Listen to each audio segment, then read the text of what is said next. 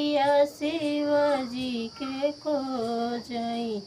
कहाँ गैले भोला ऋषिया ना, कहाँ गैले भोला ऋषिया ना।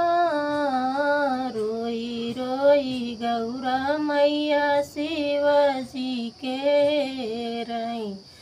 कहाँ गैले भोला ऋषिया ना। बाने बाने हेरै गौरा घाटे, लोटावायौ फेंकै शिवा डोरियाई फेंकै।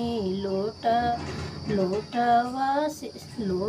फेंकी फेंकी फाकी शिवजी फेंकी दिए कान्हा। लोटावाही फेंकेंगे शिव डोरियाही फेंके। छोड़ी दे हैं भोला नंदी बैलना। लोटावाही फेंके भोला डोरियाही फेंके। नंदी बाबा हाकी के भगाए ना। रोई रोई गौरा रानी शिव जी के हेरई। कहाँ गए भोला यार भंगियाना। केहू कवनो खबर जतावई। कहाँ गए भोला त्रिपुरारी ना। बने बने हेरै गौरा घाटे घाट हेरै।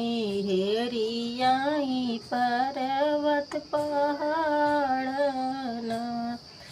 बने बने हेरै गौरा घाटे घाटे हेरै। हेरियाई पर्वत पहाड़ियाना।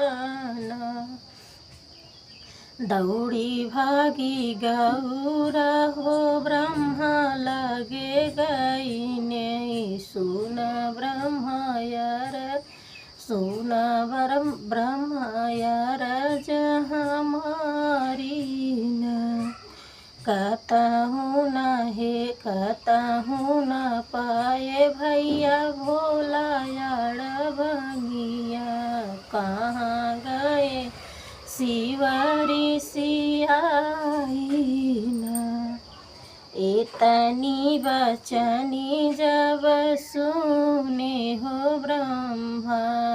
काहे भोला दिहु ऋषि, काहे गौरा दिहु ऋषिया ना। भांगिया ही पीसै के कहे मोरे ब्रह्मा। रोई मोर दूना होला लाना। भांगिया ही छोड़ी ब्रह्मा दूना लालन के उठाए। तब गए